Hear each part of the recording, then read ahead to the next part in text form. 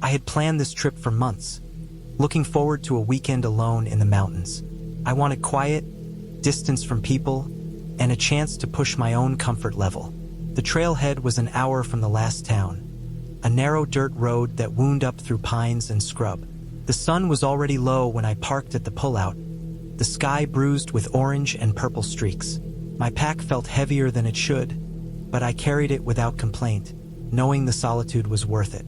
The forest smelled of dry pine needles and earth, a scent that seemed older than anything in town. The trail was not maintained. Fallen branches crisscrossed the path. Roots rose like veins through the soil. My boots sank slightly into the soft earth with each step. A few birds called to each other, but otherwise the place was silent, the kind of silence that presses against your ears. By the time I reached the clearing I had intended for camp, the sun was gone. Shadows pooled under the trees, dark and shapeless. The clearing itself was small, ringed with pines, the ground mostly bare with scattered rocks and dry grass. I could see the ridge above me where I would be able to catch the sunrise, and that alone made the climb worth it. I unpacked slowly, staking my tent in a corner where the ground was firmest. I arranged my sleeping bag and backpack with care, making sure everything was ready for the night. The air had cooled rapidly, and I lit a small fire to take the chill off. Sparks drifted upward, disappearing into the black sky. I watched the flames, letting the crackle settle me. The smell of burning pine drifted, mingling with the forest scent, earthy and sharp. As the fire dimmed, I noticed the stars. They were so many and so bright that the sky looked like it was made of tiny, piercing lights. I lay in my tent for a while, listening to the forest. At first, it was just the familiar sounds. Wind rustling through the trees, distant water trickling from a stream, the occasional bird or small animal moving in the underbrush. But then I began to hear other things, softer sounds, subtle at first. A stick snapping in the distance, then a faint dragging sound that could have been my imagination. My pulse quickened, but I told myself it was just an animal or a branch shifting in the wind. Hours passed slowly. Every rustle of leaves made me tense. I realized I could hear my own heartbeat over the faint wind. My flashlight was beside me, fully charged, and I found myself checking it more often than necessary. The forest felt different at night, even though I had been alone during the day as well.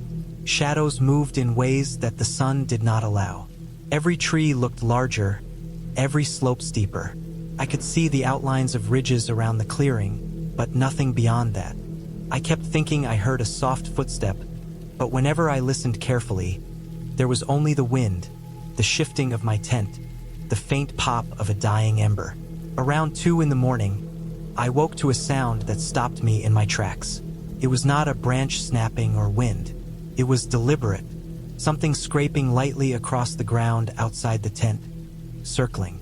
I stayed still, heart hammering, waiting. The sound paused. Then it moved again, slower this time, coming closer to the edge of my firelight. I gripped my flashlight, careful not to make any sudden moves, and flicked it on briefly, pointing it toward the noise. The beam caught nothing. The clearing was empty. My mind tried to explain it. An animal, a fallen branch rolling down a slope, but the movements were too controlled, too precise to be random. I gathered my courage and unzipped the tent just enough to peer outside. The fire had almost burned out, leaving only red embers. The circle around my camp was clear, and the ground seemed untouched, save for the small marks left by my own setup. I could see the trees, the slope above, the dark ridge beyond. Nothing moved, yet the scraping had happened. I could still hear a faint echo of it in my head. I realized I had been alone, yes, but that didn't mean I was unseen. Even the most careful, isolated spots are accessible to someone who knows the terrain. I decided to leave the fire where it was and pack the essentials quickly. My hands were steady but slow, each movement deliberate, careful not to make unnecessary noise. I stuffed my sleeping bag into its bag, rolled the tent, kept the flashlight in my hand. The stars had shifted. The moon had risen and cast long silver shadows that stretched across the clearing. I moved toward my pack and water bottle, readying to descend the trail. I did not take the time to eat or check anything else. Every sound, Even the slightest made me freeze. I started down the path. I kept my flashlight low, shining just enough to see the roots and rocks that could trip me. Every step felt like an intrusion into the dark, and the forest seemed to notice. Twigs cracked behind me, faint, deliberate. I did not stop, did not turn, just kept moving as quietly as possible. When I reached the wider trail and the dirt road that would lead back to my truck, I felt the weight of relief. The road was empty, and I could see the faint outline of my vehicle waiting. I turned on the headlights and drove slowly, keeping the speed low. The sense of being watched receded gradually as I gained distance from the clearing. By the time I reached the highway, the forest behind me was just that. Forest. The night sounds were gone, replaced by the low hum of the truck and the occasional distant car. I parked at the first rest stop, sitting inside with the heater on and the engine running. My hands were still tense, but I finally allowed myself to breathe. Nothing had followed me, nothing had tried to stop me. The forest was just forest. The sounds had been real, but the danger had been minimized by caution and respect. I did not return to that clearing. I do not seek the same isolation again, but I learned something important. The wilderness is unforgiving in small ways, and solitude amplifies the smallest signals. It does not need monsters or ghosts to make a night terrifying.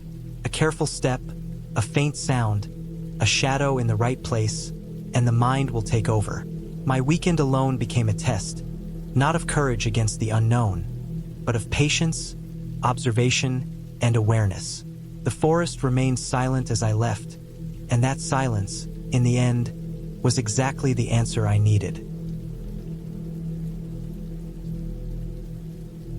I went camping because my wife had just moved out of the house we bought together.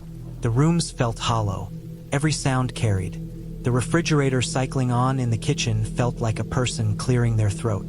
I needed quiet that did not remind me of anything. I drove 2 hours north to a state forest I had used before, a place with a primitive site near a trailhead that barely saw traffic once the leaves started falling. It was late October. Most people had packed up for the season. The trailhead lot held 2 empty spaces and 1 older pickup with faded paint. I noticed it right away. I always notice what is out of place. I stood there for a minute, hands in my jacket pockets, letting the cold air settle in my lungs. The temperature was already dropping, and the sun had not fully dipped behind the trees. Dry leaves covered the ground in a thick layer. Every step sounded sharp and brittle, like paper being crushed. I hiked in less than half a mile to the clearing I liked. It sat off the main path, just far enough that you could not see it from the trail, but close enough to reach quickly if needed. The ground was mostly flat, ringed by tall oaks and a few thin pines. I walked the perimeter before setting anything down. I always do. I scanned tree trunks, branches, the ground for trash, footprints, anything that suggested recent use. I saw nothing fresh, only scattered old impressions softened by rain and time. I set up my tent facing east. I cleared leaves down to bare soil and arranged small stones around the edges to block drafts. I checked the zippers twice. I strung a small line between 2 trees to hang my food bag later. I built a small fire in the stone ring left by previous campers, using what I collected from the ground. The leaves were so dry that even my boots brushing them aside made a loud scraping sound. Every movement carried. By the time I finished, dusk had settled. The sky turned a deep gray blue behind the branches. The air shifted fast once the light faded. The warmth left all at once, and I could see my breath in short bursts. I checked my watch. 9:40 p.m. That was when I saw the orange ribbons. They were thin strips of survey tape tied around 3 trees near the backside of my tent. Bright orange, clean, not faded. They hung at about shoulder height. I stood still and stared at them, trying to place them in memory. They had not been there when I cleared that area. I would have noticed. I had brushed against those trunks while gathering wood. I am careful about details. I map out my surroundings without thinking. I walked over and touched one. It was new, the plastic smooth. It had been tied with a simple knot. Not loose, not tight. I scanned the woods behind the trees. Nothing moved. No sound beyond the wind lifting leaves in shallow waves. I considered that a ranger might have marked something earlier in the day, but there were no other markers on the trail in. No signs of logging or surveying equipment, no paint marks on trunks, just these 3 strips near my tent. I left them there. I did not want to start removing something that might serve a purpose. I told myself it was nothing and returned to the fire. The flames had burned down to steady coals. The forest felt wider once the dark settled fully. The nearest road was miles away. No distant engines, no voices, only the wind and the occasional crack of a branch cooling in the night air. Around 11:15 p.m., I lay inside my sleeping bag, hat pulled low over my ears. The temperature had dropped into the low 40s. The cold pressed against the tent fabric and bled inward. I had just started drifting when I heard it. 3 steps, slow, measured, leaves compressing under weight. Then a pause. 3 more steps. They were not quick or light like a deer, not the scattered rustle of a raccoon. Each step landed with full pressure. Heel first, then toe. The rhythm stayed even. 3 steps. Pause. 3 steps. The sound circled the tent at a distance of maybe 10 feet. Not close enough to brush the fabric. Close enough that I could picture the path around me. I held my breath and listened. My pulse felt loud inside my ears. I counted the seconds between movements. The pattern continued for nearly a minute. Then it stopped. I waited. No sudden sprint away. No crashing through brush. Just stillness.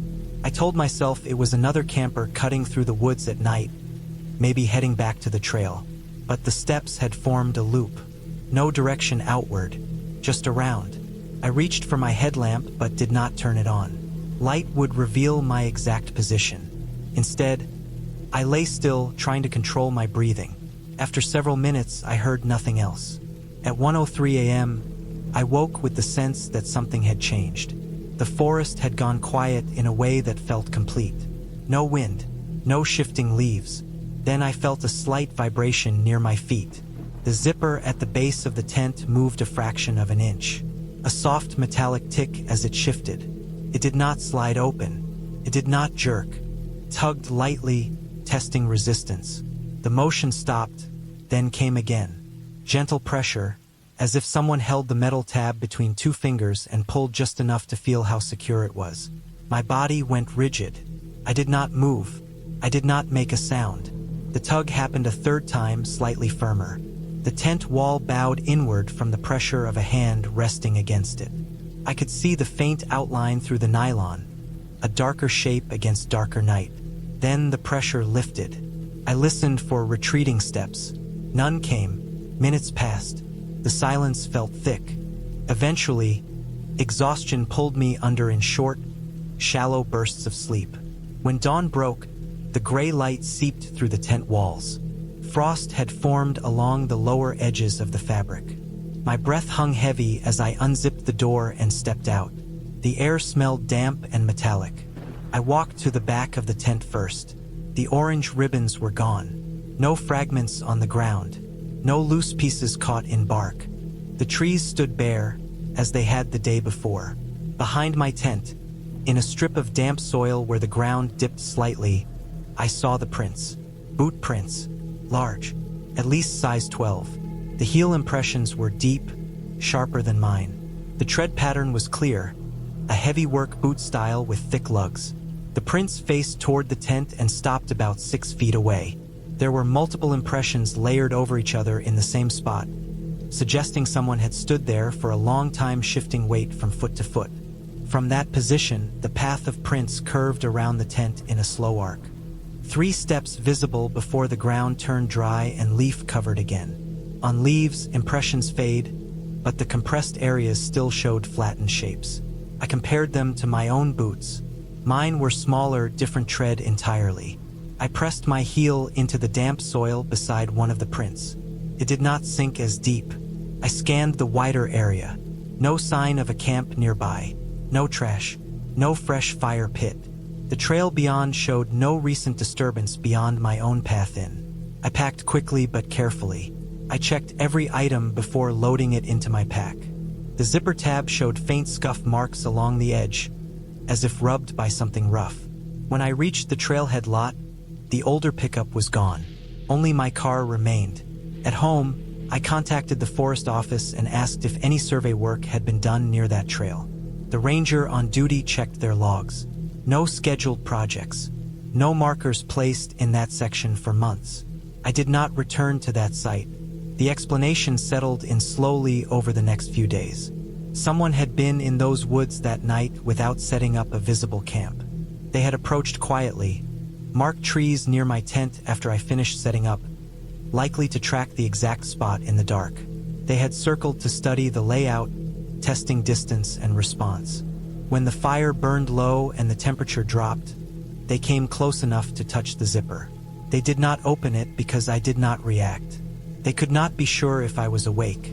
The boot prints told me they had stood behind the tent for a long time before moving, watching, waiting for a sign of movement inside.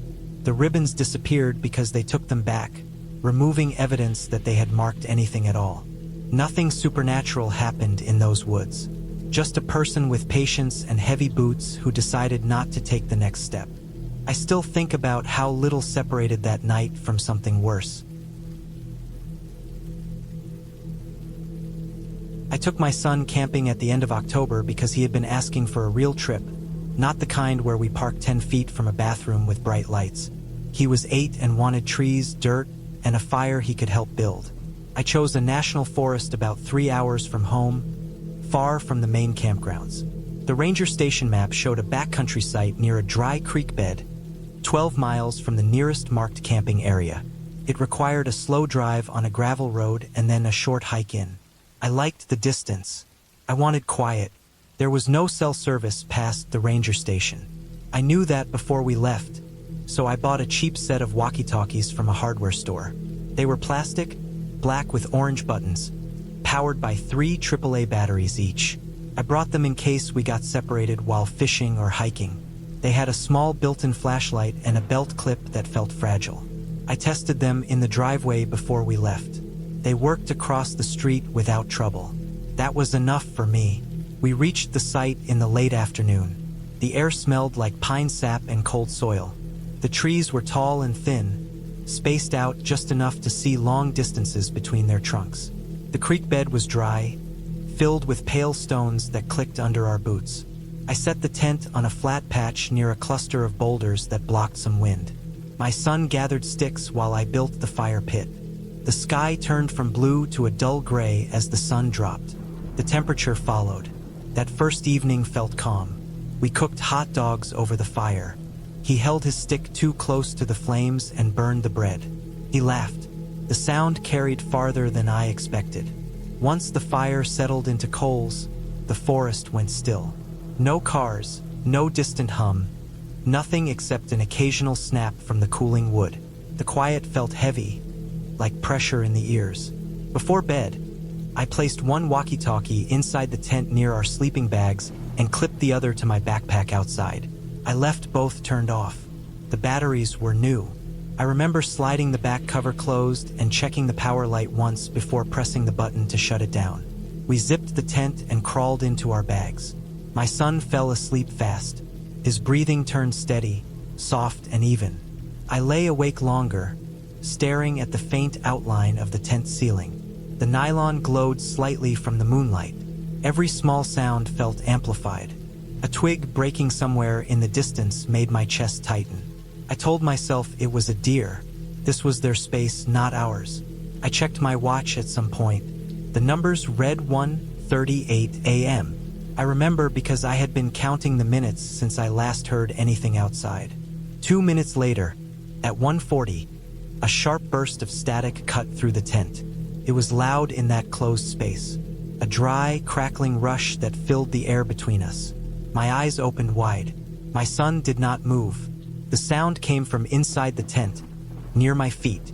The walkie-talkie. I pushed up on one elbow. The radio was on. The small screen glowed green. I knew I had turned it off. Static rolled through the speaker, uneven and jagged, then faded into a low hiss.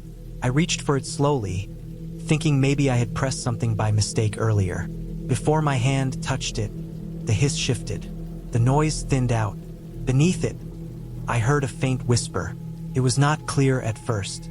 It sounded like wind caught in a pipe, broken and uneven. Then it formed something closer to a voice.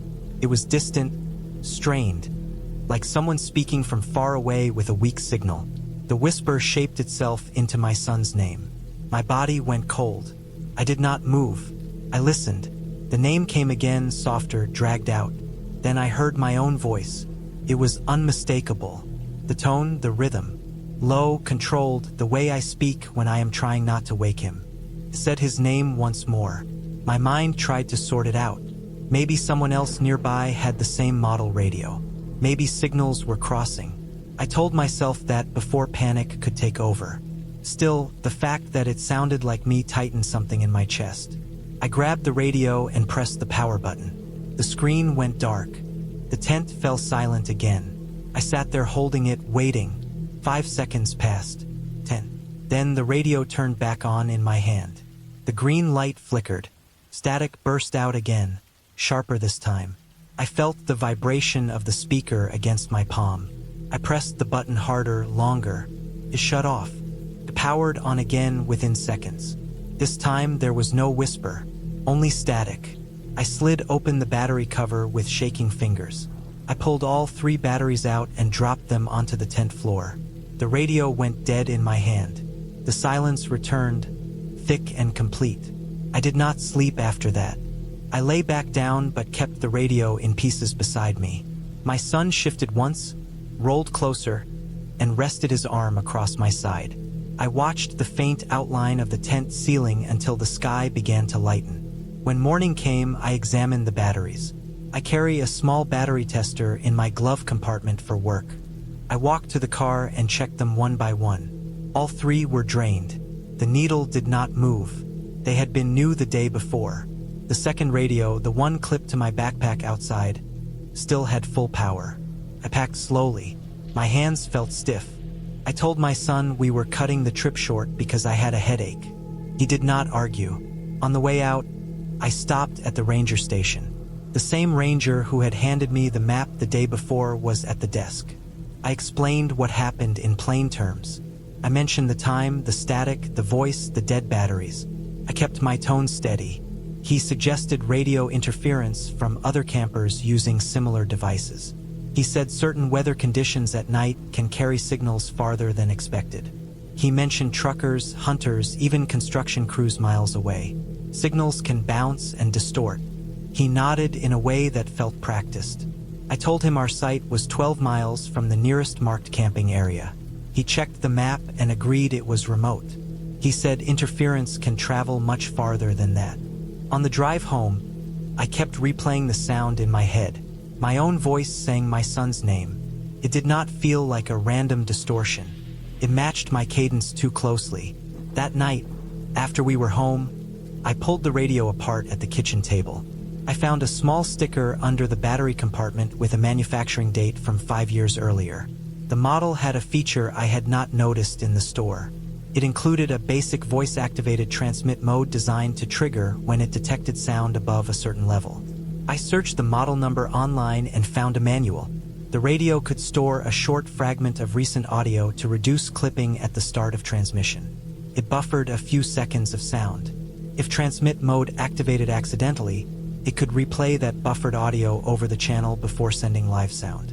The night before, while we were getting ready for bed, I had leaned over him and whispered his name when he started to drift off. I had been holding the radio at the time, clipping it to the tent pocket. My voice had been close to the speaker grill. If the transmit mode had been partially engaged, even briefly, it could have captured that whisper in its buffer. A stray signal on the same channel later could have triggered the device to power on or simulate activity. Low batteries can cause erratic behavior, including spontaneous activation and rapid drain when circuits short internally. The dead batteries made sense if the unit had been stuck cycling on and off, trying to transmit through the night before I woke. The voice I heard was likely my own recorded whisper, distorted by weak power and interference, fed back through static from another device somewhere beyond the hills. I returned the radios to the store the next day.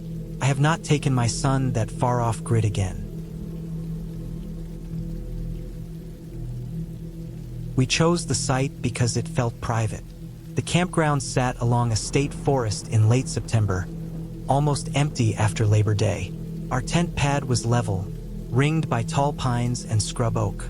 Behind it, about 30 yards out, the ground dropped into a steep ravine. It wasn't a dramatic canyon, just a deep cut in the earth where runoff had carved a narrow channel over decades.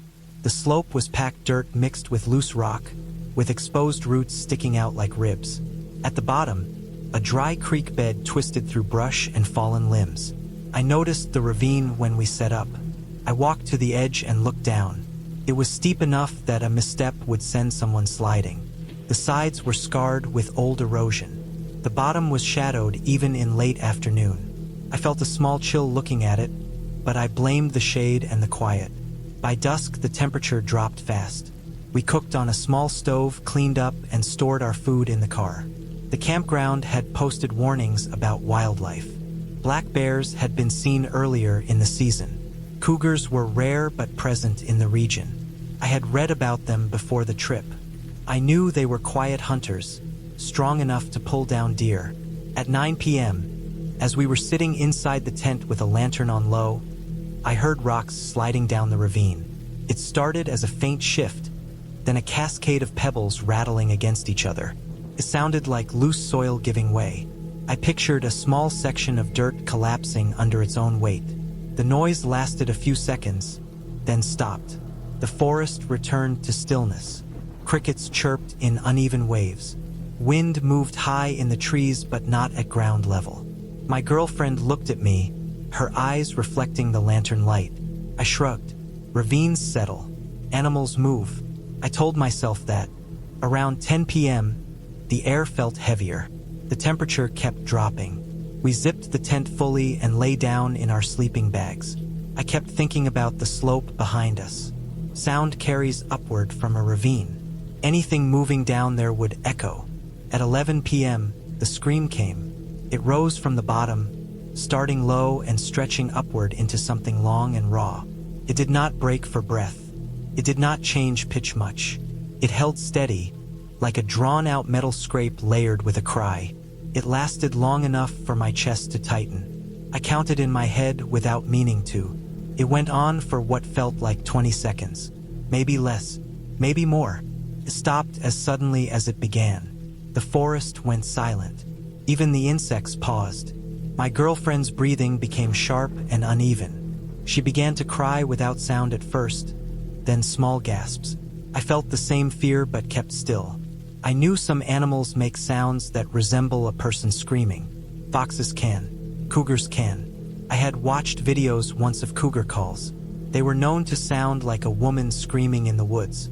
I tried to match the sound in my memory. This one felt longer. It felt continuous without the break I expected from lungs needing air. I told myself adrenaline stretches perception. Fear changes time. Nothing moved for almost an hour. I stared at the thin nylon wall of the tent. The lantern was off now. Only moonlight filtered through, faint and blue. The ravine behind us felt closer than before. At 12:40 a.m., I heard it again. Not the scream, but movement. A scraping sound, sharp and deliberate, came from halfway up the slope. I could tell by the angle of the sound. Nails or claws dragging against stone. Not a quick scramble. A slow climb. Small rocks shifted and slid back down. Dirt crumbled. I held my breath and listened. The scraping advanced a few feet, then stopped. A heavy exhale followed, low and rough. I imagined a large animal testing the incline. The slope was steep. Only something strong could climb it halfway without losing footing. I felt the urge to unzip the tent and shine a light. I did not move. Opening the tent would mean exposing ourselves. The nylon felt thin as paper. I imagined eyes level with the tent, watching. The sound faded. I heard loose stones tumble back to the bottom. Whatever had tried to climb retreated. After that, there was no more movement. We did not sleep. The rest of the night passed in fragments. I checked my watch every few minutes. 1:15, 2:03, 3:40. Each time I expected another sound. The forest slowly resumed its rhythm. Insects started again. An owl called once from far off. The tension never left. At first light, a gray wash spread through the trees. Birds began their morning calls. I waited until full sunrise before unzipping the tent. The air was cold and damp. My muscles ached from staying rigid. We stepped out and walked toward the ravine edge together. The ground near our site looked undisturbed. No prints in the dirt around the tent. I moved slowly to the drop-off and looked down. At the bottom lay a deer carcass. It was positioned on its side in the dry creek bed. The abdomen was torn open, the rib cage exposed. Dark blood soaked the stones beneath it. The head was intact, eyes open and glazed. The hind legs were twisted at an unnatural angle. I scanned the area for tracks. The creek bed was a mix of sand, rock, and dry leaves. I expected to see drag marks leading from the trees into the open channel. I saw none.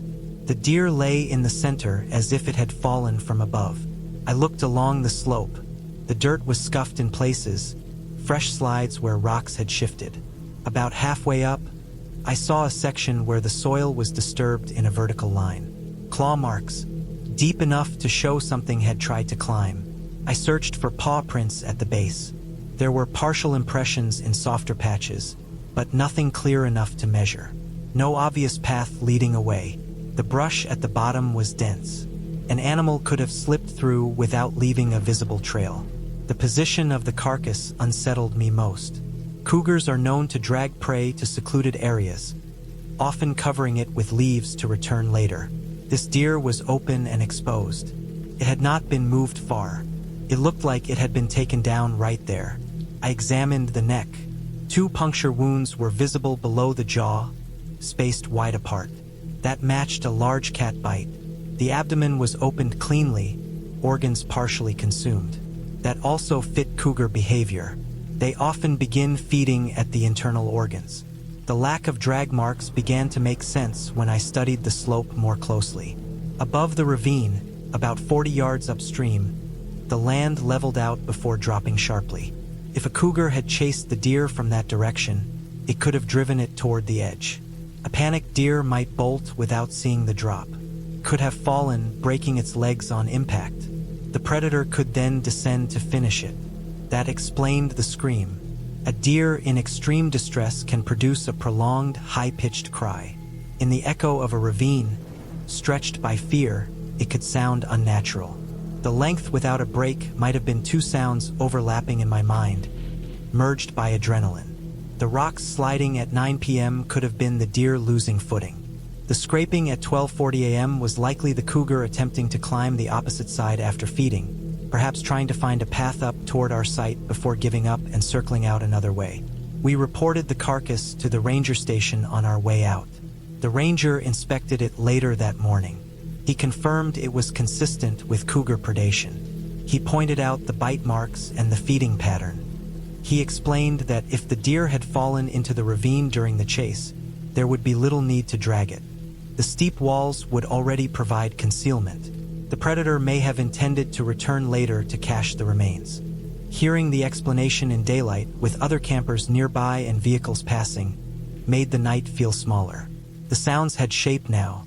Cause and effect replaced the blank space my mind had filled with fear. Still, I cannot forget the scream. I understand it was an animal dying in a confined space, the echo carrying upward. I know the scraping was claws against stone. I know the absence of tracks was due to hard ground and dense brush. Every detail fits within the behavior of a large cat hunting deer near a ravine. The sight remains in my memory as a lesson in how easily isolation amplifies sound and how quickly imagination expands in darkness. Nothing supernatural happened. Predator hunted. Prey fell. We happened to camp above the scene. The forest continued its cycle, indifferent to our fear. There were 6 of us on that trip, all friends since college. We picked a state forest about 3 hours from home, a place known for fishing and cheap campsites. It was late September, cool at night but not cold. The trees were tall and packed tight, mostly oak and pine, with a narrow dirt access road that led to a small clearing near a dry creek bed. We chose that spot because it felt private. No other tents in sight. No RVs. No lanterns glowing through the trees. We brought too much beer and cheap whiskey. By midnight, the fire had burned down to red coals and we were sitting in camp chairs, talking nonsense. Someone knocked over a cooler. Someone else stumbled into a bush and laughed like it was the best thing that had ever happened. The air smelled like smoke and damp leaves. I remember checking my phone before turning it off. There was no signal. I crawled into my tent around 1 a.m. My head felt heavy and my mouth dry. The forest had that deep nighttime quiet where every small sound carries. I could hear someone snoring from the tent next to mine. Another guy coughed and shifted in his sleeping bag. Then everything settled. I woke up at 2:17 a.m. I know the time because I checked my watch after it happened. 3 knocks hit a tree trunk near the tents. Not random, not branches brushing. 3 clean impacts, even spacing, a hard wood-on-wood sound, like someone hitting the tree with a thick stick. I held still inside my sleeping bag. My first thought was that one of the guys had gotten up to pee and decided to mess with everyone. It felt like something one of us would do. I waited for laughter, for footsteps, for the sound of someone tripping over gear. Nothing followed. The forest stayed quiet. I listened for breathing outside my tent, for the crunch of leaves. I heard none. I told myself I was still half asleep. Then it came again. 3 knocks. This time it sounded farther away. Same rhythm, same force. Not frantic, not fast, measured. I pushed myself up and unzipped the tent door just enough to look out. The moon gave off a dull light through the trees. The clearing looked flat and gray. The other tents were still zipped shut. No one moving around. The coals in the fire pit glowed faint red. I waited. My ears rang with the kind of silence that happens when you focus too hard. A third set of knocks hit, closer than the second. Not as close as the first. Somewhere between. Felt like something circling the clearing. My stomach tightened. I stepped fully out of the tent. The ground was cold under my shoes. I scanned the tree line. Every trunk looked the same. Shadows between them looked thick. No movement. I walked toward the nearest tent and crouched down. I could hear steady breathing inside. No one missing. I checked another tent. Same thing. All 5 of them were inside. I stood in the center of the clearing and listened. My heartbeat was louder than anything else. The smell of ash lingered in the air. A faint breeze moved high branches, but the lower woods stayed still. Then, at 3 a.m., the screaming started. It came from the tent closest to the tree line. Not a quick shout, a full panic scream, the kind that cracks in the middle. I ran. 2 others burst out of their tents at the same time, faces pale in the moonlight. We reached the tent and saw the fabric pressed inward. The side wall bowed deep into the space, pushing against whoever was inside. It was not ripping, not clawing, just pushing, slow and steady like a heavy weight leaning into it. The guy inside thrashed and kicked. The tent frame bent under pressure. The shape outside was broad, hard to define. It shifted slightly but did not make noise. No growl, no huffing, just pressure. One of us grabbed a metal flashlight and slammed it against the outside of the tent where the fabric bulged. The pushing stopped for half a second. Then it returned, harder. I picked up a thick branch from the ground and swung it toward the shape. The branch hit something solid. There was resistance like hitting a packed sandbag. The object pulled back immediately. The tent snapped upright as the weight disappeared. We stood frozen. The guy inside crawled out, shaking, face wet with sweat. The side of the tent was damp where it had been pressed in, as if something warm had leaned against it. We waited for sound. Footsteps, crashing through brush. Nothing. We grabbed flashlights and swept the tree line. The beams cut through trunks and low shrubs. About 15 yards out, I caught movement. Not fast, not slow. A large dark shape slipping between trees. Too low to be a standing person. Too smooth to be a deer bounding away. Then it was gone. We did not sleep again. We built the fire back up and sat with sticks in our hands until sunrise. No more knocks came. No more pushing. Just normal forest noise returning as the sky lightened. At first light, we searched the edge of the clearing. We found tracks in the soft soil near the creek bed. Large, rounded impressions. 5 toes visible in one clear print. Claw marks at the front. The stride was wide. The depth showed weight. A black bear. The prints circled the clearing in a loose arc. Some passed near the tree where I had heard the first knocks. On the bark we found fresh gouges about shoulder height. Long vertical scrapes where claws had raked down the trunk. On the opposite side of the clearing, about 20 yards out, we found a fallen branch. Thick and dry. One end was splintered as if it had been struck against something hard. That was when it made sense. Bears will mark territory by clawing trees. They also sometimes strike trunks with branches to make sound, especially during mating season or when asserting dominance. The knocking had not been random. It had been deliberate noise, a way to announce presence, to see if anything reacted. The pushing on the tent fit too. A bear investigating food smells. We had spilled beer. We had cooked meat over the fire. Our trash bags were tied poorly and left near the coolers. The scent would have carried. A bear can stand on all fours and lean its full weight into something without tearing it. They test objects that way. Slow pressure to gauge resistance. The ranger station was about 10 miles down the dirt road. We packed up early and drove there to report it. The ranger looked at the photos of the tracks and nodded. He said a large male had been seen in that section of the forest over the past week.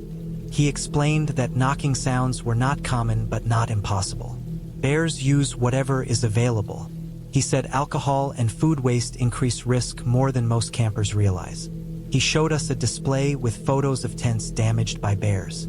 Some were shredded, some only dented. He said we were lucky the animal lost interest after being struck and startled. I keep replaying the rhythm of those knocks in my head. 3 even strikes. Pause. 3 more from another direction. Testing space. Mapping reaction. I have heard bears before on other trips. I have heard snorting and heavy breathing near trash bins. This was different because it was quiet and controlled. That control made it feel intentional. The explanation fits. The tracks, the gouges, the branch, the pressure on the tent. All physical evidence points to one animal moving around us for nearly an hour. Still, when I think about waking at 2:17 a.m. to that clean, deliberate sound in the dark, I feel the same tightness in my chest. We never camped without proper food storage again. No trash left out. No coolers unsecured. No drunken carelessness.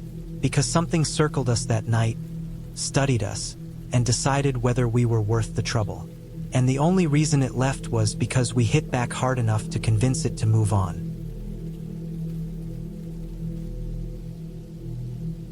I found the coordinates on a camping forum that focused on remote spots with no permits and no foot traffic. The post was short. A pair of numbers, a rough description of open ground near a dry wash, and a note that said the place stayed quiet even on holiday weekends. The account that shared it had no profile photo and no other activity. That should have meant something, but it did not at the time. I saved the location and sent it to the 2 guys I usually camp with. We drove out on a Friday afternoon in late October. The highway gave way to a 2-lane road, then to cracked pavement, then to packed dirt. Cell service faded 10 miles before the turnoff. The GPS still worked, showing a thin gray line cutting through empty land. No park sign, no trailhead. Just a cattle gate hanging open and tire ruts leading into scrub and low trees. We followed those ruts for 20 minutes. The sun dropped lower, flattening the landscape into long shadows. Dust rolled behind the truck and hung in the still air. There were no other vehicles, no trash, no fire rings.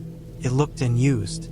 When the GPS said we had arrived, there was nothing but a wide clearing surrounded by brush and short pines. The ground was hard and pale, scattered with rocks and brittle grass. We parked near the center of the clearing. I stepped out and listened. No wind, no insects. The silence felt heavy, like pressure in my ears. We set up camp fast because the light was fading. 2 tents, 1 tarp strung between trees, a small fire pit dug into the dirt. I walked the perimeter while the others unpacked. I wanted to see if there were signs of recent activity. I found old tire marks, but they were faded and filled with dust. Nothing fresh. By the time we finished, the sky had turned deep blue. We ate simple food and kept the fire small. I checked my phone out of habit. No signal. The GPS app still showed the coordinates, a blue dot in the middle of blank space. At 10:30 p.m., I saw headlights in the distance. They appeared through the trees on the far side of the clearing, low and steady. They were too far to make out the vehicle, but they were pointed toward us. I stood up without thinking. The light stayed still for a few seconds, then shut off. The clearing went dark again. I waited for engine noise. There was none. No doors closing. No crunch of tires on dirt. Just silence. I told myself it could be someone on a ridge or a separate track beyond the trees. The land around us was uneven. Light can travel in strange ways at night. Still, the direction felt exact, as if whoever it was had driven straight toward the center of our camp, stopped at a distance, and then killed the lights. We kept the fire low after that. No one suggested leaving. It was too dark to drive safely through unknown terrain. We stayed near the tents and listened. Around midnight, the whistling started. 2 short notes, clear and sharp, then nothing. A few minutes later, the same 2 notes again. It did not sound like wind through branches. It was controlled even in pitch. Not loud, but close enough to carry across the clearing. I tried to place the direction. It seemed to move, or maybe it was echoing off the trees. The pattern continued. 2 notes. Pause. 2 notes. I felt a slow rise of heat in my chest. It was not panic. It was awareness. Someone was out there. I scanned the darkness with my flashlight, keeping the beam low so it would not give away our exact position. The light caught tree trunks, brush, empty ground. No movement. The whistling did not stop when the beam swept across the area where I thought it came from. It continued at steady intervals. One of the guys admitted he had not shared the coordinates with anyone else. He had not posted about the trip online. None of us had. That narrowed it down. Either someone else from the forum had the same location saved, or the post had been bait. The thought formed slowly. A set of coordinates with no description of landmarks. A promise of isolation. No marked trails. No oversight. The whistling continued until around 1:30 a.m.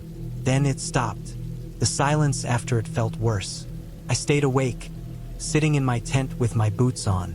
The fire had burned down to faint embers. The sky was clear, full of stars. Every small sound carried. The shift of fabric, the scrape of a zipper, my own breathing. At 2 a.m., I heard the faint crunch of tires on dirt. Not an engine revving, just slow movement. I crawled out of the tent and crouched low. There were no headlights this time.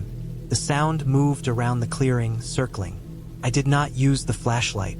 My eyes had adjusted to the dark. I could make out the pale strip of ground around our camp.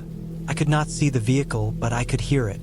The tires rolled over loose stones, then softer soil, then stones again. A slow loop. The sound faded, then returned from another angle. Another loop. It stopped near the spot where we had seen the earlier lights. Then there was nothing. I waited 5 full minutes before moving. The others were already awake. No one needed convincing. We began packing in silence, working by feel. Tents came down half-folded. Gear shoved into bags without order. We left the shallow fire pit as it was. I brushed dirt over the embers with my boot. When we carried the last of the gear to the truck, I saw them. Fresh tire tracks. The dirt around our camp was pale and dry. The new tracks were darker, cutting through the dust in a clear arc around us. The pattern showed at least 2 full circles, maybe 3. The tread was deep and wide. A truck, likely larger than ours. The tracks passed within 30 feet of where we had been sitting. I felt a cold wave move through my arms. Whoever drove that vehicle had circled slowly, with lights off, close enough to see us clearly if they wanted to. We got into the truck and shut the doors without slamming them. I turned the key but did not switch on the headlights. The engine sounded too loud in the still air. I eased forward, following the faint path we had used to enter. For the first mile, I drove without lights. The moon gave enough glow to see the outline of the track. I kept the speed low, afraid of hitting a rut and stalling. My hands were tight on the wheel. Every second felt stretched. When we reached the wider dirt road that led back to the cracked pavement, I turned the headlights on. The beam cut across empty land. No vehicle followed. No dust behind us. We drove straight to the highway and did not stop until we had cell service again. The next afternoon, I opened the forum to reread the original post. It was gone. The account that shared the coordinates no longer existed. The thread showed a gap where replies had been removed. I searched the numbers directly. They led to the same clearing on the map. I zoomed in on satellite view. Faint tire marks were visible, looping in uneven circles around the center. I called the local sheriff's office and gave them the coordinates. I explained what we experienced. The deputy said that area had been used in the past for illegal dumping and for people targeting isolated campers. There had been reports of vehicles approaching camps at night, trying to intimidate or lure people into stepping away from their tents. In a few cases, gear had been stolen when campers left to investigate sounds. The whistling made sense after that. A signal, a way to test reaction. If we had walked toward it, we would have left the center of our camp exposed. If we had confronted the vehicle when the headlights first appeared, we would have walked into open ground with no cover. The driver circled us to measure distance and numbers. When we stayed put, they did not escalate. They waited, likely expecting us to panic and move into the dark. We left before giving them that chance. I have not gone back to that forum. I only camp now in marked areas with known access roads. I do not follow anonymous coordinates into unmarked land. When I think about that night, I picture those fresh tracks cutting through the dust, close and deliberate. Not random, not harmless. A person in a vehicle testing how far they could push before we broke.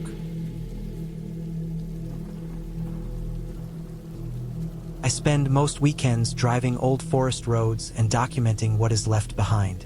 I look for washed-out bridges, rusted gates, decommissioned service trails that no longer show up on updated maps. I like places that feel forgotten but still practical, where the land is quiet and the only sounds come from wind and distant wildlife. That trip was in late October. The air had turned dry and sharp, and the leaves had already fallen from most of the trees. I chose a stretch of abandoned fire road that branched off from a maintained gravel route and ran 5 miles into state land before ending at a blocked culvert. I parked near the start of an old service trail that once fed into the fire road system. Satellite images showed nothing but dense tree cover and a faint scar of dirt. I set up my tent in a small clearing that looked like it had been used years ago by maintenance crews. The ground was level. There were old tire ruts filled with pine needles and a circle of stones where someone had once built a fire. I prefer to stay near my vehicle, but I like some distance from active roads. This spot was quiet enough. I spent the afternoon walking the fire road with my camera. The light was steady and low, the kind that flattens shadows and brings out texture in bark and rusted metal. Around dusk, as the sun slipped behind the ridge, I noticed something through the trees about 200 yards from where I had pitched my tent. It was small and square. The wood looked weathered, gray from age. At first I thought it was a hunting blind, but it sat directly on the ground and had no raised platform. As I stepped closer, I saw it was a cabin, roughly 10 feet wide. It had boarded window frames, but the boards were nailed from the inside. There was no visible door, just a rectangular opening where a door should have been. I was surprised I had not seen it on satellite view. I checked those images carefully before I travel. Structures usually show up as breaks in canopy or changes in shadow. This one was tucked under thick tree cover, but even so, it should have left some mark. I took 3 photos from different angles as the light faded. I did not approach the opening. The interior looked black, deeper than it should have in that light. I assumed it was simply the way the trees blocked the remaining sun. By the time I returned to camp, it was fully dark.